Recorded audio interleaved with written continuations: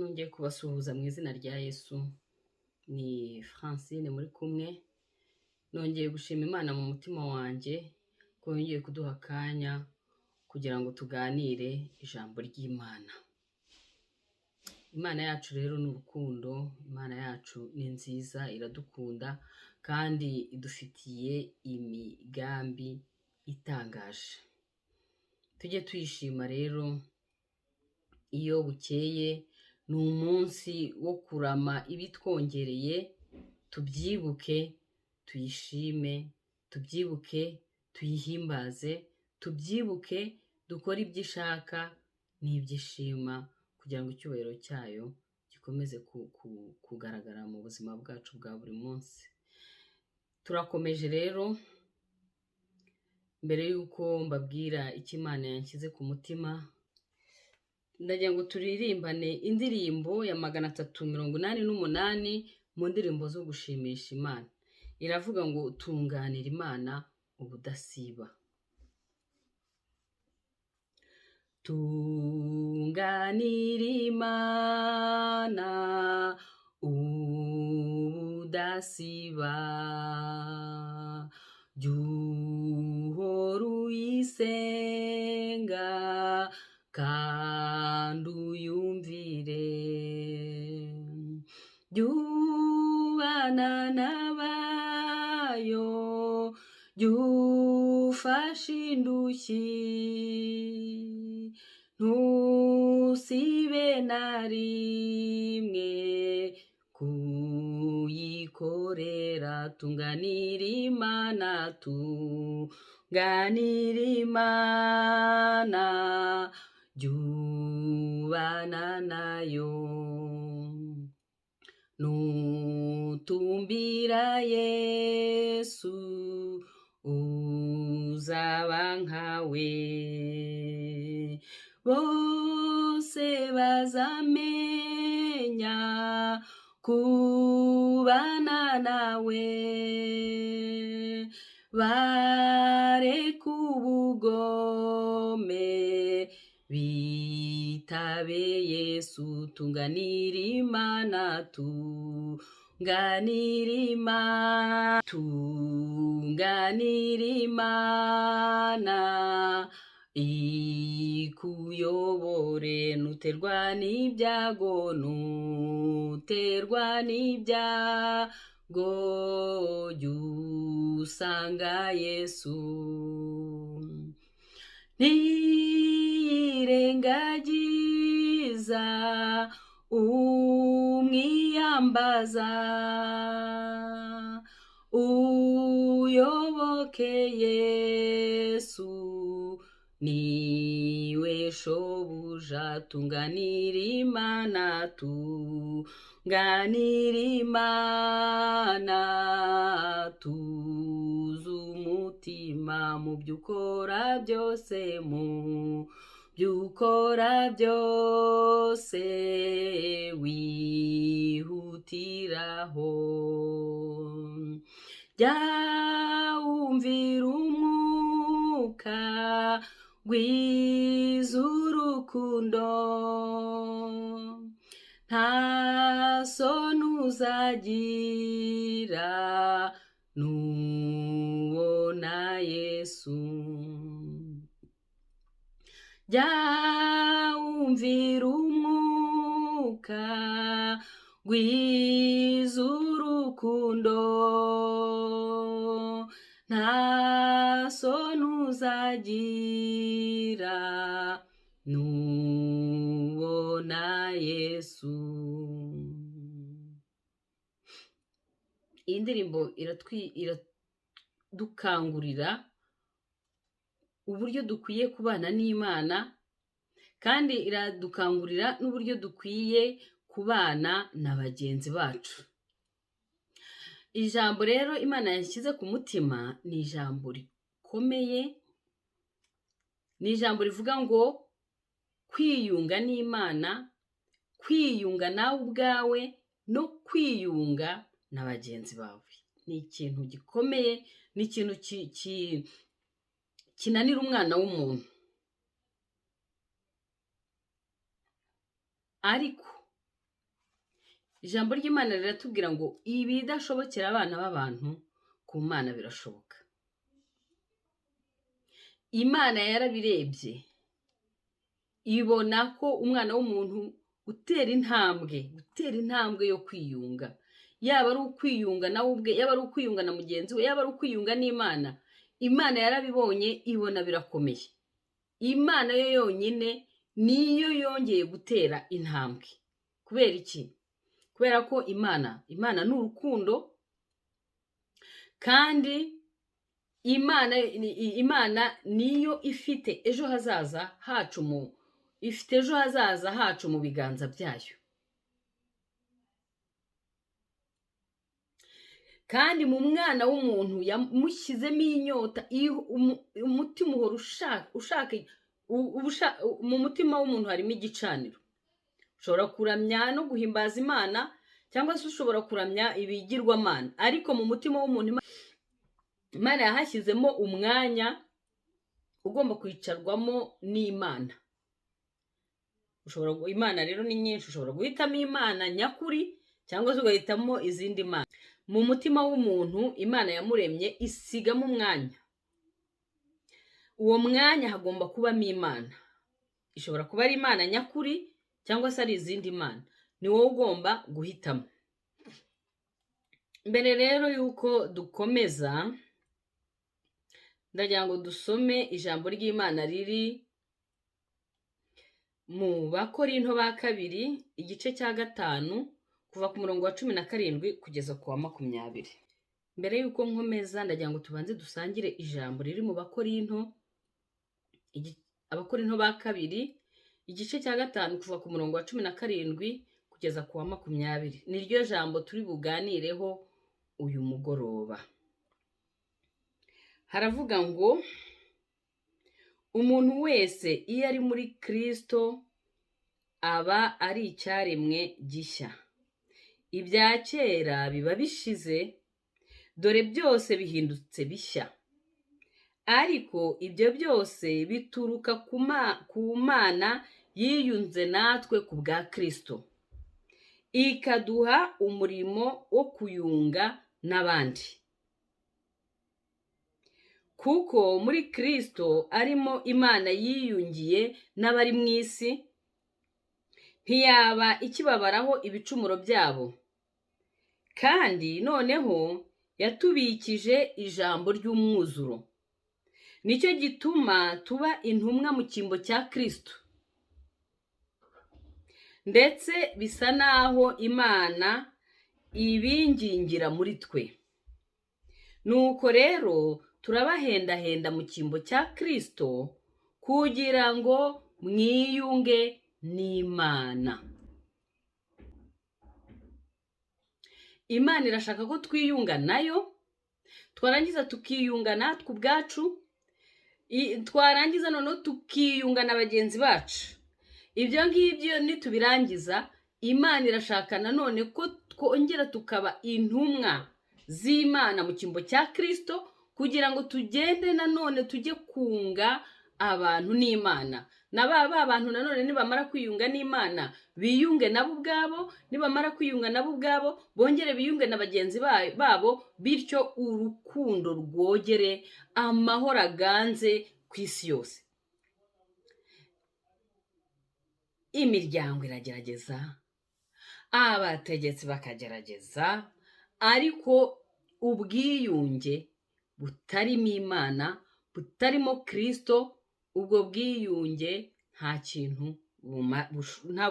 ntabwo bushobora kugerwaho. Niyo mpamvu akenshi mubona ibintu tukabyubaka, ariko kubera ko hatarimo Yesu Kristo, hatarimo Imana, ubwo bwiyunge nta kintu bumara. Ugomba kubanza gutera intambwe yo kwiyunga n'Imana wowe, warangiza ukiyunga nawe ku giti cyawe, warangiza ukiyunga na bagenzi bawe. Dushobora kwibaza tuti ese kubera iki ubwiyunge? Ese kubera iki? Mw'itangiriro muzi ko Imana yaremye umuntu, yaravuze ngo tureme umuntu mu ishusho yacu. ase natwe, atware. Imana yamuremeye gutegeka, Imana yamuremeye gutwara, Imana yamuremeye kuba umwami. Ariko yari yaramuhaye itegeko, yari yaramuhaye amabwiriza. Iramubwira iti, ibi biti byose biri muri iyi ngobyi wemerewe kubirya, ariko imubuza igiti kimwe, igiti kimenyesha ikibi n'icyiza, kimenyesha ubwenge. Iramubwira iti, ibiti byose biri muri iyi ngobyi uzabirya, imbuto zabyo uzazirya, ariko iki giti ndakikubujije, kuko umunsi wakiriyeho no gupfa uzapfa. Adamu abaye aho ngaho na Eva bumviye Imana, ngo Imana yajyaga ibasura, nta rungu ryabicaga, Imana bakanezerwa, bahoraga mu munezero, bahoraga mu kubaho kw'Imana, bahoraga mu bwiza bw'Imana, bahoraga baganira n'Imana, bahoraga mu mahoro n'Imana. Ayo mahoro rero yaje kuyoyoka mu itangiriro igice cya 3. Ndabasomera kuva ku murongo wa 1 kugeza ku wa 5, ariko igice cyose mugisome mwumva uko byagenze. Ngo inzoka yarushaga uburiganya inyamaswa zo mu ishyamba Uwiteka Imana yaremye, ibaza umugore. Reka turebe ahantu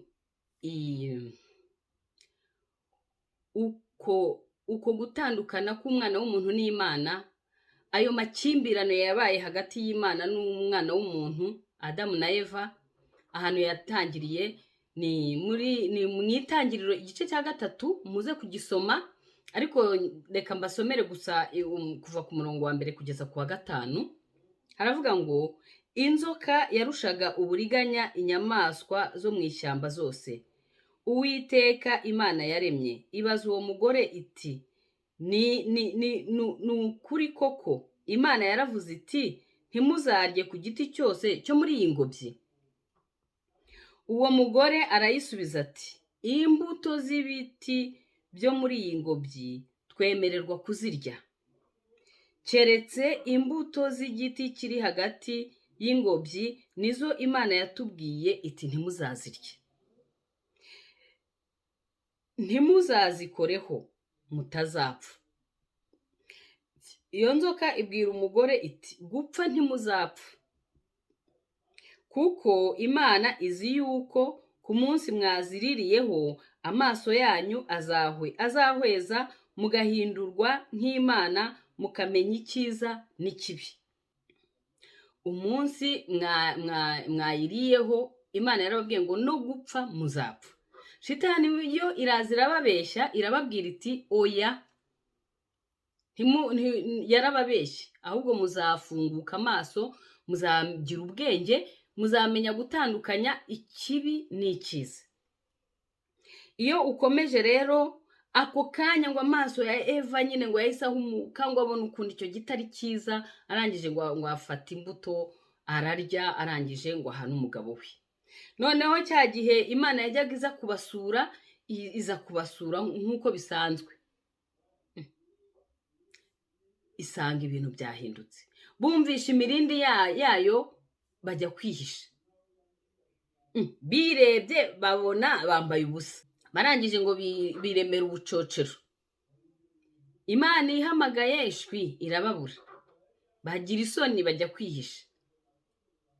Noneho Imana iza kubabaza, irababaza iti, Adamu we uri he? Kuko Adamu niwe wari umutware w'urugo. Noneho Adamu aramusubiza ati, numvishe imirindi yawe muri iyi ngobyi, ntinyishwa nuko nambaye ubusa ndihisha. Imana iramubaza iti, ninde wakubwiye ko wambaye ubusa? Wariye kuri cya giti nakubujije kuryaho? Uwo mugabo arayisubiza ati, umugore wampaye ngo tubane niwe wampaye ku mbuto z'icyo giti ndazirya. Uwiteka Imana ibaza umugore iti icyo wakoze icyo ni iki? Umugore arayisubiza ati ni inzoka yanshukashutse ndakirya. Uwiteka Imana ibwira iyo nzoka iti kuko ukoze ibyo uri ikivume kirengeje amatungo yose n'inyamaswa zose zo mu ishyamba. Iyo ukomeje hasi Imana yabambuye bya bicocero ibambika uruhu, ariko irangije kuko bari bamaze kumenya ikibi n'icyiza, iravuga iti ntago twabagumishamo, kubera ko bamaze gusobanukirwa ikibi n'icyiza, bazagenda barye ku giti cy'ubugingo babeho igihe iteka ryose kandi bacumuye bafite icyaha. Nibwo rero Imana yabirukanye muri ya ngobyi, ishyiraho umumarayika w'umukerubi, noneho ngo inahazengurutsa inkota yaka umuriro, ibirukana gutyo muri iyo ngobyi. Ubwo amakimbirane hagati y'umwana w'umuntu n'Imana ntaho ngaho yatangiriye. Ni uko abo basogokuruza bacu basuzuguye Imana, bagakora ibyo Imana itababwiye. Ni uko nguko icyaha cyinjiye mu isi, ni uko nguko icyaha cyinjiye mu mutima w'umwana w'umuntu. Icyaha rero ni kibi. Iyo nyine dusomye aho ngaho mu itangiriro, icyaha ni kibi. Mu itangiriro batubwira ko ikintu cya mbere Imana yarababwiye ngo no gupfa muzapfa umunsi mwariye kuri icyo giti. Mu Baroma igice cya 6 umurongo wa 23 haravuga ngo ibihembo by'ibyaha ni urupfu, ngo naho impano y'Imana ni ubugingo buhoraho. Imana yarababwiye iti nimusuzugura icyo giti mukakirya no gupfa muzapfa. Abaroma nabo batubwiye ko ibihembo by'ibyaha ni urupfu, naho impano y'Imana ni ubugingo buhoraho. Aho muri Edeni, uko kutumvira Imana, icyaha gitera iki? Icyaha gitera isoni. Imana yaje kubasura, kumwe yajyaga iza kubasura, bumvisha imirindi yayo, bagira isoni barihisha kuko bari bambaye ubusa. Icyaha gituma umuntu agira isoni. Icyaha gituma umuntu agenda yubitse umutwe, kandi Imana ishaka ko tugenda twemye, la tete haute. Ariko iyo uri mu cyaha ugendana ipfunwe, ugendana isoni, ntabwo ubasha kwegura umutwe. Ikindi kintu icyaha gitera kutumvikana, gitera amakimbirane, gitera gusubiranamo. Imana yabajije Adamu ati se wariye kuri cya giti? Adamu ati ni umugore wampaye. Umugore ati ni inzoka. Nuko amakimbirane yinjiye mu muryango,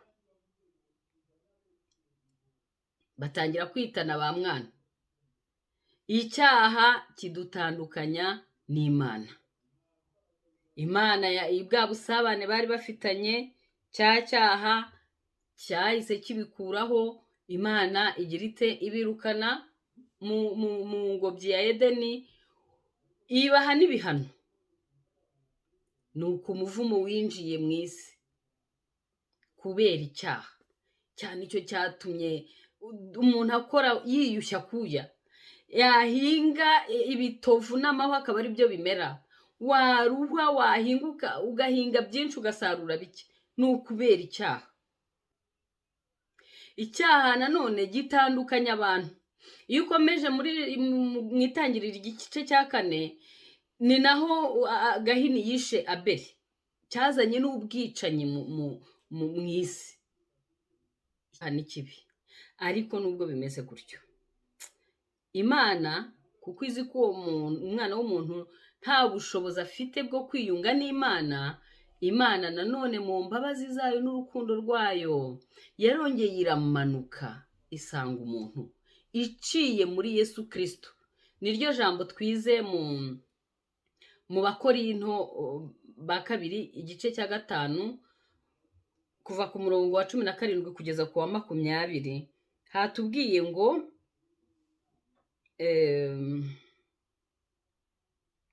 umurongo wa 18 ngo ariko ibyo byose bituruka ku Mana yiyunze natwe ku bwa Kristo, ikaduha umurimo wo kuyunga n'abandi, kuko muri Kristo ariho Imana yiyungiye n'abari mu isi, ntiyaba ikibabaraho ibicumuro byabo, kandi noneho yatubikije ijambo ry'umwuzuro. Imana kubera ko imbabazi zayo n'urukundo rwayo bihoraho iteka, yarakomeje idutekerezaho. Ntabwo yasohoye Adamu na Eva muri iyo ngobyi gusa ngo ibajugunye baterere iyo, yakomeje kudutekerezaho. Iravuga iti byanze bikunze nzongera niyunge n'umwana w'umuntu. Igihe rero cyarageze yiyunga natwe inyuze muri Kristo Yesu. Ibyakozwe n'intumwa igice cya 10 umurongo wa 43 haravuga ngo abahanuzi bose baramuhamije, bavuga ko umwizera wese azababarirwa ibyaha ku bw'izina rye. Icyo cyaha ntago cyakururiye umuvumo gusa wo gutandukana n'Imana abo basogokuruza gusa. Twese umuntu wese uvutse mu buryo bw'umwuka abatandukanye n'Imana. Ikintu kimuhuza n'Imana ni Yesu Kristo, nuko avuka bwa kabiri, nuko amenya ko ari umunyabyaha kubera icyo cyaha basogokuruza bakoze, yakamenya ko ari umunyabyaha, yamara kumenya ko ari umunyabyaha agaca bugufi akihana, akakira uwo Yesu nk'umwami n'umukiza mu bugingo bwe. Aho ngaho niho honyine twiyunga n'Imana, ntitube abanzi b'Imana, ahubwo tukabana n'Imana amahoro muri Kristo Yesu. Timoteyo wa mbere igice cya 2 umurongo wa 5 harabivuga ngo kuko hariho Imana imwe, kandi hariho umuhuza umwe n'Imana n'abantu, nawe ni umuntu, niwe Yesu Kristo. Uwo Yesu Kristo nawe ni umuntu, kugira ngo abashe kuduhuza n'Imana yambaye akamero nk'akacu. Yasize ubwiza yari afite mu ijuru, yambara akamero k'umuntu kugira ngo abashe kuducungura, kuko ntabwo ari kuducungura ari Imana. Yagombaga kumanuka akamera nkatwe, akabona kuducungura. Reka dusome mu Baroma, Abaroma igice cya 5 kuva ku murongo wa 1 kugeza ku wa 3. Abaroma igice cya 5 kuva ku murongo wa 1 kugeza ku wa 3 aravuga ngo nuko rero ubwo twatsindishirijwe no kwizera, dufite amahoro ku Mana kubw'umwami wacu Yesu Kristo. Ubwo twatsindishirijwe no kwizera. Kwizera nde? Kwizera Yesu Kristo nk'umwami n'umukiza wacu. Dufite amahoro ku Mana. Yesu niwe wenyine waje kongera gushyira ubumwe n'ubwiyunge hagati yacu n'Imana.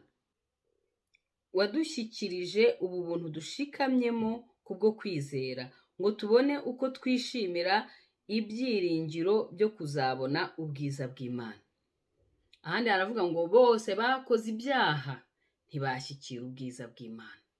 Kugira ngo tubashe gushyikira ubwiza bw'Imana nuko haje umuhuza wacu n'Imana ari we Yesu Kristo.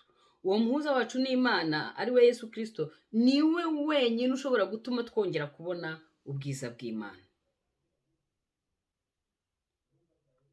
Ariko si ibyo byonyine, ahubwo twishimira no mu makuba yacu, kuko tuzi ko amakuba atera kwihangana. Amahoro n'Imana. Iyo nta Yesu uri mu bugingo bwawe, uba uri umwanzi w'Imana. Nta mahoro uba ufitanye n'Imana. Kugira ngo ubashe kwiyunga nayo, kugira ngo ubashe kubana nayo amahoro, nuko wakira Yesu nk'umwami n'umukiza wawe, kuko niwe muhuza wacu n'Imana. Niwe nzira n'ukuri n'ubugingo. Ntawe ujya kwa Data atamujyanye. Niwe wenyine ufite ububasha, niwe wenyine usigiwe, Yesu Kristo niwe wenyine usigiwe kuduhuza n'Imana. Nicyo gisubizo Imana yatanze nyuma yaho igiranye amakimbirane n'umwana w'umuntu. Iyo Yesu aje mu bugingo bwacu, ingaruka zose z'ibyaha azikuraho. Yesu inzitizi zose, ikintu gituma twongera kugirana ibibazo n'Imana Yesu yaduhaye umwuka wera kugira ngo aduhe imbaraga, kugira ngo dushoboze kunesha, kugira ngo dushoboze kwirinda gukuraho ikintu cyose cyateza amakimbirane hagati yacu n'Imana, nk'uko ba sogokuruza bacu byabagendekeye. Yikoreye za soni, yikoreye cya kimwaro cyacu, yikoreye ya mivumo yacu. Muri Yesaya 53 aravuga ngo igihano kiduhesha amahoro cyari kuri we, mu mibyimba ye niho dukirizwa. Iyo twihannye, bya bindi byose byari bituriho byatewe n'icyaha bijya kuri Yesu Kristo. Twebwe rero tukababarirwa, twebwe tukaba abakiranutsi, twebwe tukera, twebwe tukabana n'Imana amahoro. Abaroma 5:10.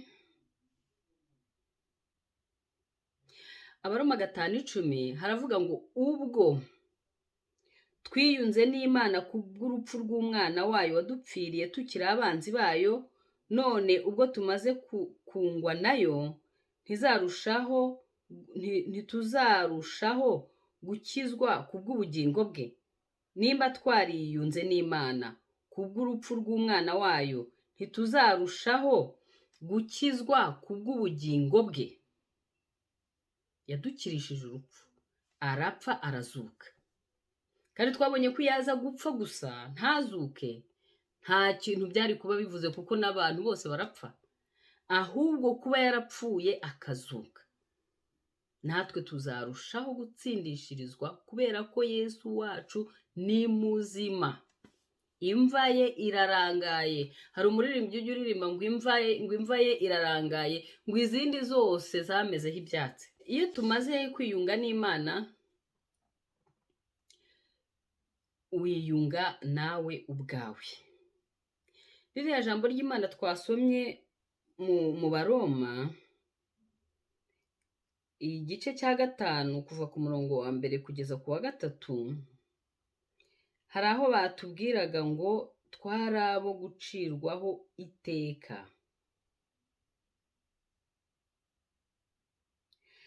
ngo wadukirishije ubuntu dushikamyemo kubwo kwizera, ngo tubone uko twishimira ibyiringiro byo kuzabona ubwiza bw'Imana.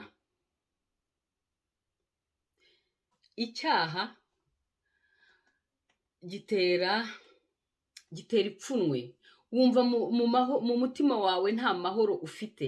Iyo n'aba bantu baruharwa, nyega ko n'abantu bica ngo nta mahoro y'abanyabyaha. Burya nta mahoro bagira, nubwo uyu munsi agira nabi n'ejo akagira nabi, ariko igihe cyose nta mahoro burya agira mu mutima, kandi ahora yicira urubanza. Akenshi iyo umuntu amaze no gukora ibibi byinshi, nibwo nyine aba ruharwa, akavuga ati nakoze ibibi byinshi, n'ubundi reka nkomeze nkora ibibi byinshi, ntabwo umuntu yambabarira. Ariko iyo culpabilité, iyo umaze kwihana ibyaha ukakira Yesu nk'umwami n'umukiza, n'iyo culpabilité Imana irayigukiza, iguha amahoro yo mu mutima, iguha ibyiringiro byo kubona ubwiza bw'Imana. Ntabwo wongera kwiciraho iteka.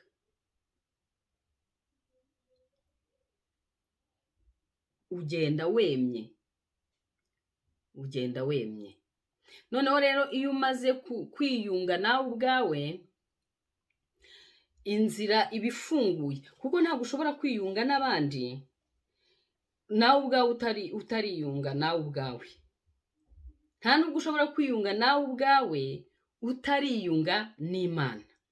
Iyo tumaze kwiyunga n'Imana, twakiriye umuhuza wacu n'Imana, tukamwimika mu buzima bwacu, tukamwimika mu mutima wacu. Uwo muhuza wacu ni umwe, nawe ni umuntu, ni Yesu Kristo. Iyo tumaze gutera intambwe yo kumwizera nk'umwami n'umukiza wacu, tuba dufitanye amahoro n'Imana. Noneho hariya mu Bakorinto ba 2 igice cya 5 ku murongo wa 18 n'uwa 19, iyo tumaze kwiyunga n'Imana muri Kristo Yesu, Kristo Yesu nawe aduhamagarira kumuhagararira, kumubera abambasaderi, kumubera abaministre ba reconciliation. Imana ihita iduha ministeri y'ubumwe n'ubwiyunge. Umuntu wese wamenye Imana, umuntu wese wakiriye Yesu nk'umwami n'umukiza, umuntu wese wiyunze n'Imana ku bwa Yesu Kristo, ahamagarirwa gukora umurimo w'Imana w'ubumwe n'ubwiyunge. Ubwo bubasha, ubwo bushobozi Imana yarabuduhaye. Turi mu isi yuzuye amakimbirane, turi mu isi yuzuye intambara, turi mu isi yuzuye imirwano. Niyo mpamvu Imana iyo imaze kwiyunga natwe tumaze kwakira imbabazi z'Imana n'urukundo rw'Imana,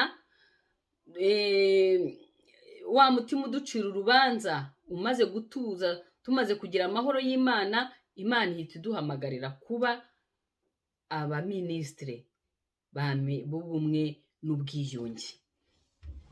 Noneho muri ubwo bumwe n'ubwiyunge, ijambo ry'Imana riratubwira ngo ibya kera biba bishize, dore byose mbihinduye bishya. Iyi Imana imaze gufata ibya kera byose ikabimaraho, ibindi ikabihindura bishya, iguha kugenda wemye, umutima ugucira urubanza ukarangira, nawe ukagenda ugatanga amahoro mu bantu.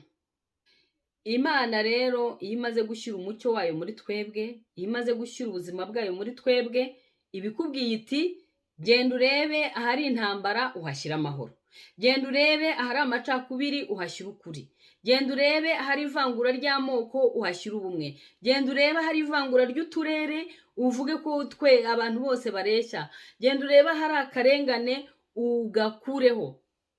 Hari indwara abantu b'abakristu barwaye, kuvuga ngo biriya ngo ni politike, ngo ngiye ngo ntago bindeba, ntago ari byo rwose. Ibya Kayizari tugomba kubiha Kayizari, ariko hano muri iyi si Imana yaduhamagariye kuba, yaduhaye ministeri ya reconciliation. Imana yaduhaye ministeri yo kurenganura abarengana. Imana yaduhaye ministeri yaravuze ngo haguruka uvugire ibiragi, haguruka uvugire abatagira shinge na rugero, haguruka uvugire ibipfamatwi. Iyo ministeri Imana yarayiduhaye. Ntabwo bigusaba kuba uri umunyapolitike kugira ngo ubikore, ntabwo bigusaba kuba ukora ngo mu burenganzira bw'ikiremwamuntu kugira ngo ubikore.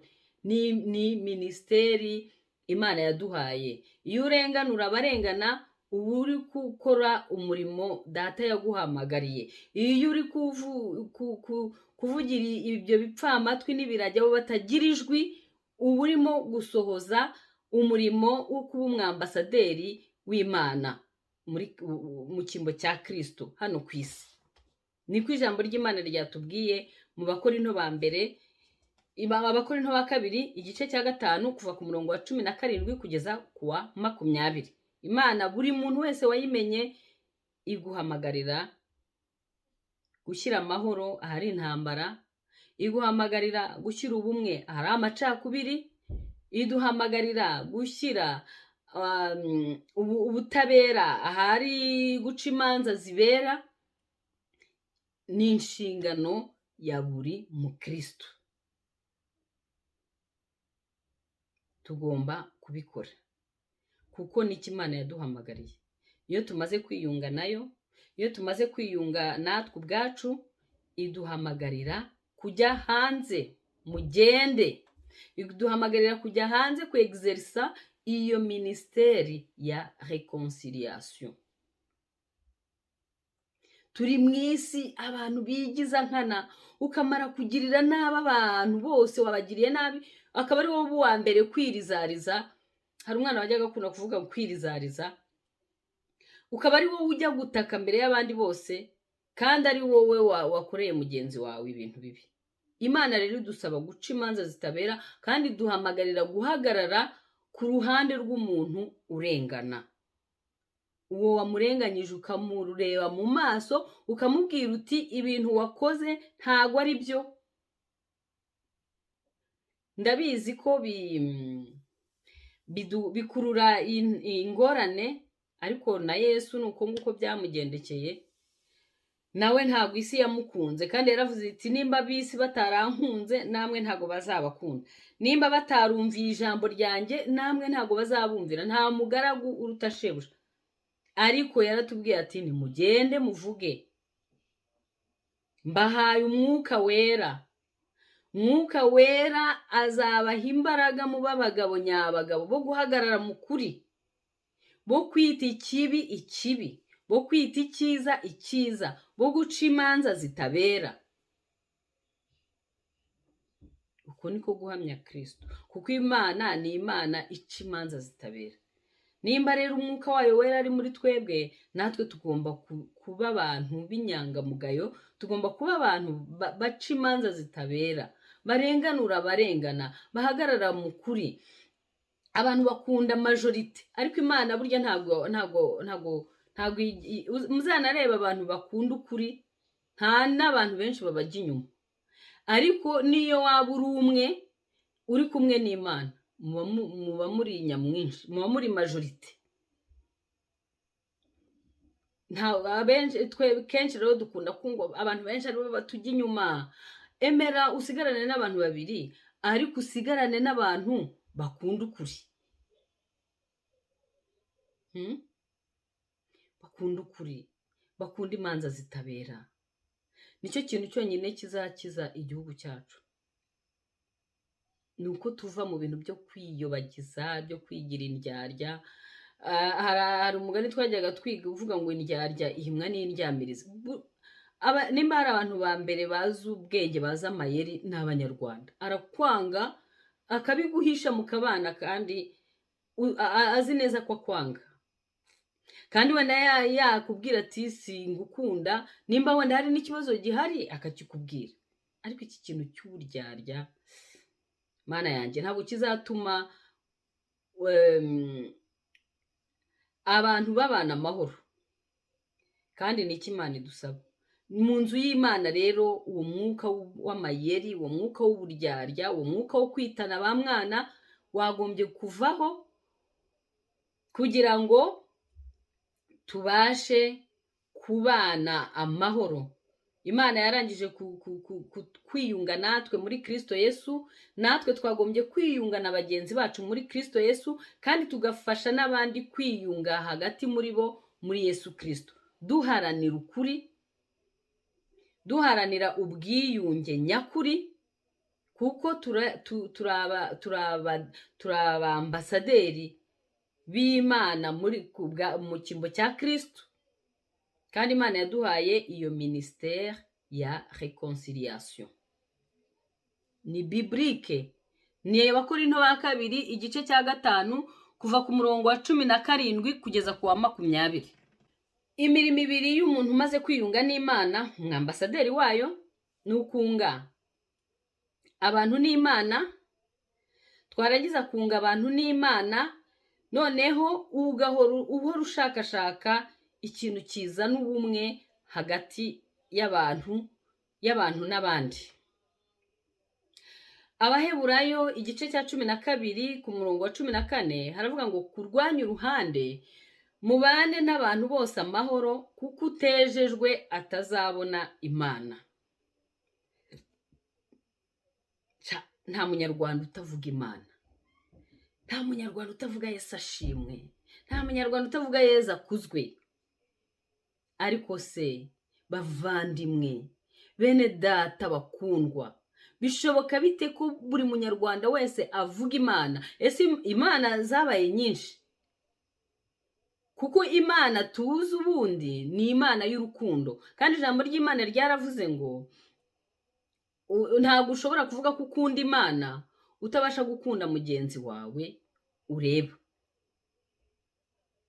Nimba rero Imana ari urukundo, ukaba wirirwa uyihoza mu kanwa kawe, Yesu ashimwe, Yesu ashimwe, Yesu ahimbazwe, utashobora gukunda mugenzi wawe, udashobora kumubabarira amakosa yagukoreye, urabeshya. wowe uzindukira mu misa urabeshya, wowe uvuga ishapure buri munsi urabeshya, wowe usenga amanywa nijoro urabeshya. Imana ni urukundo, ntabwo ushobora kuvuga ko ukunda Imana udakunda mugenzi wawe, kandi icyo udashaka ko bagukorera ntabwo ugomba kugikorera abandi. Ariko twirirwa mu ki? Mu matiku, mu bugome, mu bugambanyi, warangiza ukajya gupfukama. Byumva rero bavuze ngo dushaka ko badukunda, dushaka ko batubabarira. Twebwe ntabwo dushaka gukunda, twebwe ntabwo dushaka kubabarira. Shamu mundebere. Niyo mpamvu isi aho kugira ngo irusheho kuba nziza igenda irushaho kuba mbi, igenda irushaho kuba mbi, igenda irushaho kuba mbi, kuko ibinyoma mu isi byabaye byinshi. Ikibi bagihinduye icyiza, icyiza bagihindura ikibi, ukuri baguhinduye ibinyoma. Imana idutabare, Imana idutabare. Imana yanshyize iri jambo ku mutima, ndavuga nti Imana yanjye, ibi bintu nzabyigisha gute koko? Ko numva biremereye, ni ibintu bikomeye, ntabwo nzashobora kubivuga.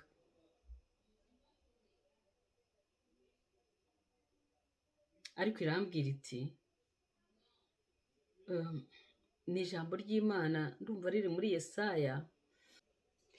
Mwumva ijambo Imana yansubije, nyibwiye nti Imana, iri jambo riteye ubwoba kuribwira abantu batumva, abantu badashaka guhinduka, buri wese ashaka kumva ko ari we ufite ukuri. Imana insubiza iri jambo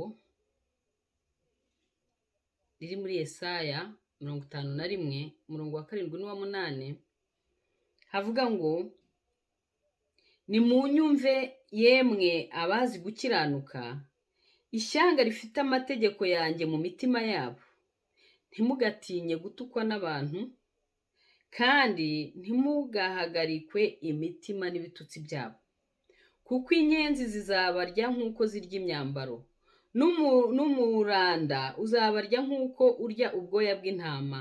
Ariko gukiranuka kwanjye kuzahoraho iteka, n'agakiza kanjye kazagumaho ibihe byose.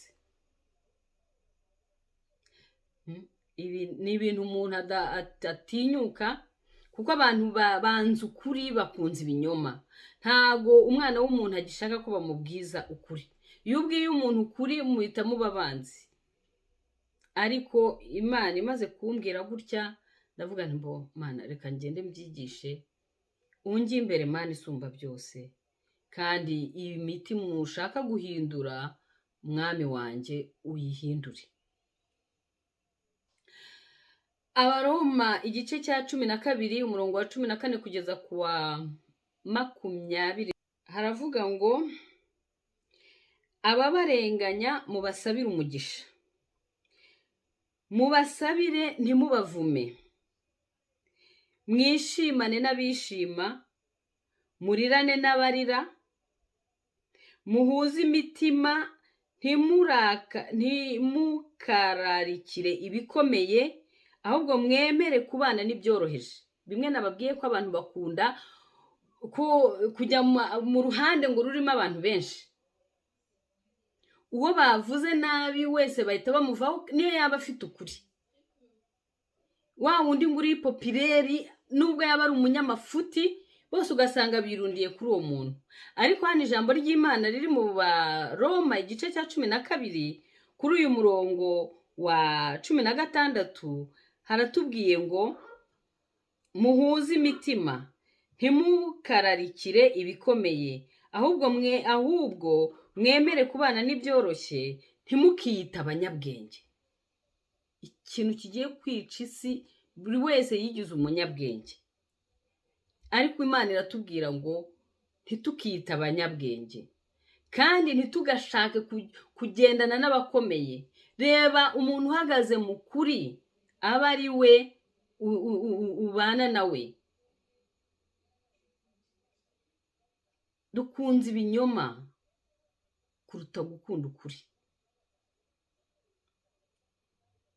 Ntimukiture umuntu inabi yabagiriye, mwirinde kugira ngo ibyo mukora bibonekere abantu bose ko ari byiza. Niba bishoboka kurwanya uruhande, mubane n'abantu bose amahoro.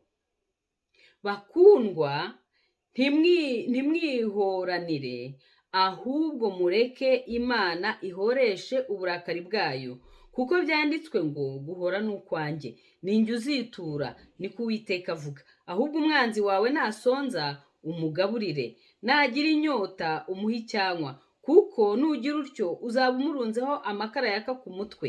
Ikibi cye kunesha, ahubwo unesheshe ikibi icyiza. Duharanire gukora ibyiza. Buri wese nzi ko arasenga, kandi buri wese bavuga ko akunda Imana. Buri muntu ni umukristo. Ariko nimba Kristo ari urukundo, kubera iki twangana? Nimba Kristo ari urukundo, kubera iki tugambanirana? Nimba Kristo ari urukundo, kuki tugirana amashyari? Nimba Kristo ari urukundo, kuki tutabasha kubabarirana? Kuko turi abantu, turi abanyantege nke. Mbasha kugukosereza, nawe ubasha kunkosereza. Ariko Imana uko yiyunze natwe muri Kristo Yesu, birashoboka ko ngusanga, birashoboka ko unsanga. Ikibazo dufitanye tukakirangiza.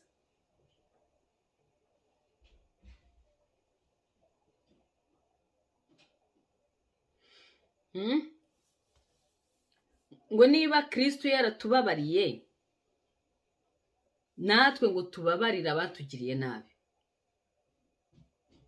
Ngo imbabazi z'Imana zihoraho iteka. Muri Zaburi 103 umurongo wa 8 tugasimbuka tukagera ku wa 14, haravuga ngo Imana izi ko turi abanyantege nke, izi ko turi umukungugu, izi ko turi uburabyo burabya none ejo bugahunguka. Izi ko umwana w'umuntu ni umunyantege nke, arakosa. Niyo mpamvu imbabazi zayo zihoraho iteka. Umunyazaburi Zaburi 130 umurongo wa 3 aravuga ngo Mana witaye ku bicumuro, ninde wabasha guhagarara imbere yawe adatsinzwe? Imana yitaye ku bubi bwacu, kuko yo irera kandi igakiranuka. Uretse gusa kutubonera muri Yesu Kristo. Iyo tubonye muri Yesu ntabwo iducira urubanza rubi, ahubwo itwita abakiranutse. Iyo tubonye muri Kristo Yesu ibona nyine turi ibihaya, turi ibikomangoma, turi abana bayo. Ariko turi abanyamafuti, turacyarwana n'isi, turacyarwana na kamere, turacyarwana na Satani, turacumura.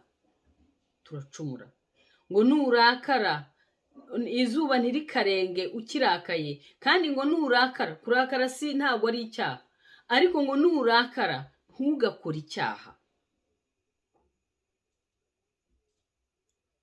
Ikintu cyonyine gituma tubasha kubana ni imbabazi, ni urukundo. Kuko ntabwo turageraho umwanzi adatera ibuye, ntabwo turi abamarayika. Mu ijuru niho hataba icyaha. Ariko igihe tukibana hano kuri iyi si, mureke tugerageze tubane amahoro. Mureke tugerageze tubabarirane. Mureke tugerageze dukore iby'Imana ishaka. Ngo nidukundana nibyo bizerekana ko turi abana bayo nyakuri, nibyo bizerekana ko turi abigishwa bayo nyakuri. Kandi ntabwo wavuga ngo mwami ngo Mana ndagukunda udashobora gukunda mugenzi wawe, udashobora kubabarira mugenzi wawe. Ijambo ry'Imana riravuga ngo niba ugiye gutanga ituro, gutamba igitambo, ukibuka ko ufitanye ikibazo na mugenzi wawe, sigara ngo rya turo, nurangiza ubanze ugende ujye kwikiranura na mugenzi wawe, ubone kugaruka usenge. Twese turi abakristo. Idini waba urimo ryose, umukristo wirirwa uvuga Imana. Ariko se amakimbirane ufitanye na bagenzi bawe, iyo ugiye gupfukama ngo usenge, utambe igitambo, kuko imibiri yacu nicyo gitambo kizima cyera kandi gishimwa n'Imana, ujya wibuka ko hari uwo mufitanye ibibazo ukagenda ukamubwira uti warampemukiye. Imana idufashe, Imana idutabare. Iri jambo rwose riteye ubwoba, nanjye ubwanjye ryansinze. Imbabarire ibinshoboze. Imigani 19:11 haravuga ngo amakenga umuntu afite amubuza kwihutira kurakara, kandi bimuha icyubahiro kwirengagiza inabi yagiriwe.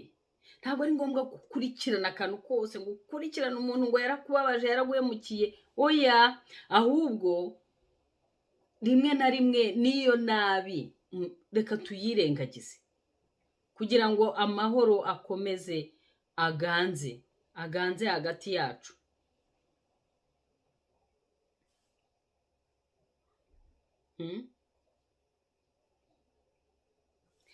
Imigani 25:9 aho haratubwira ngo ahubwo mwikiranure muri ukwanyu kandi ntukabitarange, kugira ngo ubyumva atazakugaya kandi umugayo wawe ukazakugumaho.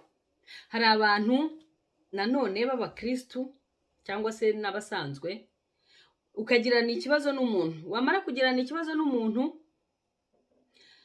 ukajya ugenda wirirwa ubitaranga ubivuga ahantu hose. Ariko hano ijambo ry'Imana riratubwiye ngo niwiyunga na mugenzi wawe ngo ntukajye ugenda ubitaranga, kugira ngo abo ubibwiye batabyumva. Hari abantu bakugaya kandi uwo mugayo ukakugumaho. Nimba mwiyunze nibirangirire hagati yanyu, si ngombwa kwirirwa ubivuga ahantu hose ku ma YouTube, aho ugiye hose. Ntabwo ijambo ry'Imana ariko ritubwira. Riratubwira ngo nimba wagiranye ikibazo n'umuntu mukiyunga, bigume hagati yanyu, wikwirirwa ugenda ubivugavuga hirya no hino, kuko hari n'igihe bigenda bikazenguruka na wa muntu mwiyunze, bikongera bikamusubiraho, ugasanga n'ubundi cya kibazo kirongeye gisubiye irudubi, gisubiye ibubisi. Tugerageze rero kurwanya amakimbirane, tugerageze gushyira mu bikorwa iyo minisiteri y'ubumwe n'ubwiyunge Imana yaduhaye hano ku isi. Za leta zirabigerageza ariko ntabwo zibishobora. Ni twebwe dufite izo mbaraga, kuko umwuka w'Imana ari muri twebwe. Imbaraga z'Imana ziri muri twebwe. Bashyiraho amakomisiyo, bashyiraho za minisiteri, bagira gute, ariko umuti ni itorero ry'Imana riwufite. Ariko itorero ry'Imana umwanzi yaraririganyije, iyo minisiteri ntabwo ryayikoze uko igomba gukorwa. Murabona ko turi muri esheke.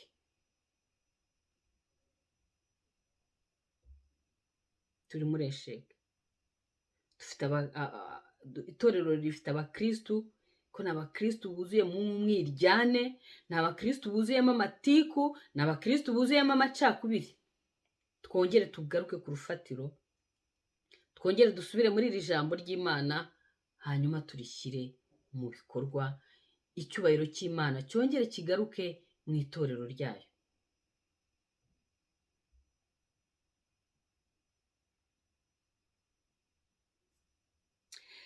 Muri iyo minisiteri y'ubumwe n'ubwiyunge Imana iduhamagarira, hariya mu Bakorinto ba 2:5 kugeza ku 20, Imana iradukeye. Iyo usomye mu Byakozwe n'Intumwa igice cya 10, ntago ndi buhasome, ndababwira inkuru. Umusirikare witwaga Koroneliyo, ngo yari umuntu ugira ubuntu, akagira imbabazi, ariko byari idini. Ubwo rero amaze iminsi asenga, ngo marayika w'Imana aramubonekera. Nyuma aza kubonekera na Petero, aramubwira ati Petero, genda ujye kwa Koroneliyo. Ajya kwa Koroneliyo, ababwiriza ubutumwa, we n'inzu ye barakizwa. Murumva nubwo Imana yari yakoresheje abamarayika, ariko muri iyo minisiteri yo kunga abantu n'Imana ni twebwe ikeneye. N'abo bamarayika baradukeneye twebwe kugira ngo tujye kuvuga ubwo butumwa. ntabwo abamarayika bavuga ubutumwa, ni twebwe tuvuga ubutumwa, ni twebwe Imana yahaye iyo minisiteri ya reconciliation. Muri Yesaya ndarangiriza kuri iryo jambo riri muri Yesaya 52,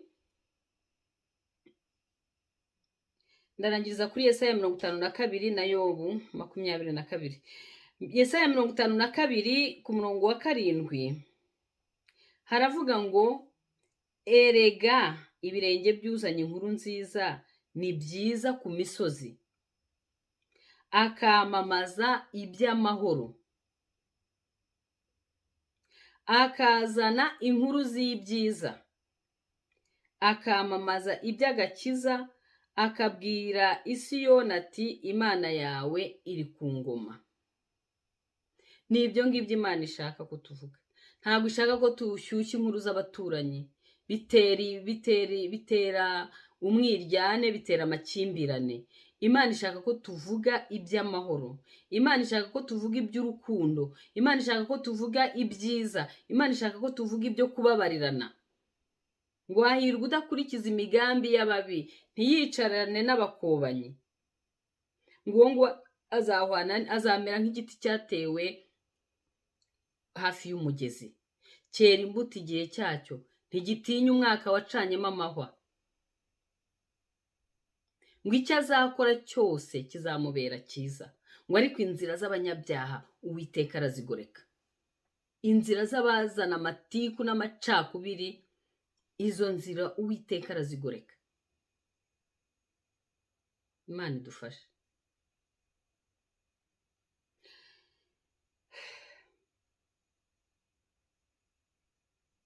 Yobu 22 kuva ku murongo wa 22 haravuga ngo ubwo nibwo ibyiza bizakuzaho, ndakwinginze wemere amategeko ava mu kanwa kayo, n'amagambo yayo uyashyire mu mutima wawe. Nugarukira isumba byose, ugashyira gukiranirwa kure y'urugo rwawe, uzakomera. Ute kure ubutunzi bwawe mu mukungugu, n'izahabu ya Ofiri uyite ku mabuye yo mu masumo, maze ishobora byose izakubera umutunzi n'ifeza y'igiciro cyinshi. Nibwo uzishimira ishobora byose, ukerekeza amaso yawe ku Mana, uzayisaba nayo izakumvira, kandi uzahigura imihigo yawe. Uzagira icyo ugambirira kikubere uko ushaka, kandi umucyo uzamurikira inzira zawe. Nibakugusha uzavuga uti hari ikimbyutsa, kandi uwicisha bugufi izamukiza. Ndetse izarukora n'uriho urubanza, ni ukuri azakizwa no kubonera kw'amaboko yawe. Ku murongo wa 24 haravuga ngo nuko rero iyuzuze nayo, iyunge nayo, girana amahoro nayo. Nta handi twiyunga n'Imana ni muri Kristo Yesu. Iyo umaze kwiyunga n'Imana muri Kristo Yesu, ububaye amahoro n'Imana, igukiza wa mutima ugucira urubanza, ugenda wemye. Iyo imaze kuguha iyo assurance yo kugenda wemye, igushinga kuyibera umwambasaderi, ikugira ministre, ikagusaba ko noneho uwunga abantu nayo, kandi noneho ukunga n'abantu hagati yabo mu bibazo by'amakimbirane bikunze kuba hagati y'abantu. Ariko Imana idusaba kwiyunga nayo. Nta handi twiyungira nayo ni muri Yesu Kristo. Imana rero idufashe kandi dushoboze kwiyunga nayo, kuko iyo tutari muri Yesu Kristo tuba turi abanzi bayo.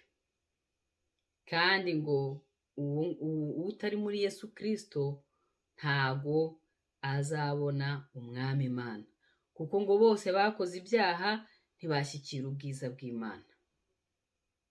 Iyo twiyunze na Kristo tuba mu bwiza bw'Imana, tuba mu migambi y'Imana, kandi Imana iduha ububasha, iduha ubushobozi bwo kuyunga n'abandi no kubunga hagati yabo mu ntambara, mu makimbirane bagirana ya buri munsi.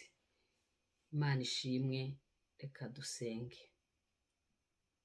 Mwami wacu turagushimye, tugushimiye ko uri Imana yuzuye urukundo, uri Imana yuzuye ubuntu, uri Imana yicishije bugufi isanga umwana w'umuntu kugira ngo yiyunge nawe uciye muri Yesu Kristo. Turagushima rero ko waduhaye Yesu, turagushima ko waduhaye umwuka wera. Mana shimwa kandi uhabwe icyubahiro. Waduhamagariye ministeri ya reconciliation, waduhamagariye mwami kwiyunga nawe, uduhamagarira kwiyunga natwe ubwacu, uduhamagarira kukunga n'abandi bantu no gukemura amakimbirane aba hagati y'abandi bantu. Mana rero ubidushoboze, uduhe imbaraga, kandi nk'uko ijambo ryawe ryabidusabye ku rwacu ruhande udushoboze kubana n'abantu bose amahoro. Ndagushimye rero Mana, nkweretse abantu bafite intambara, nkweretse abantu bafite ibibazo, kugira ngo mwami ubagenderere, ubabere igisubizo. Abarwaye Mana urambure ukuboko kwawe ubakize, abashonje Mana ubagaburire, abambaye ubusa ubambike, abadafite abo barambika umusaya mwami ubahe amazu yo kubamo, mu izina rya Yesu, amen.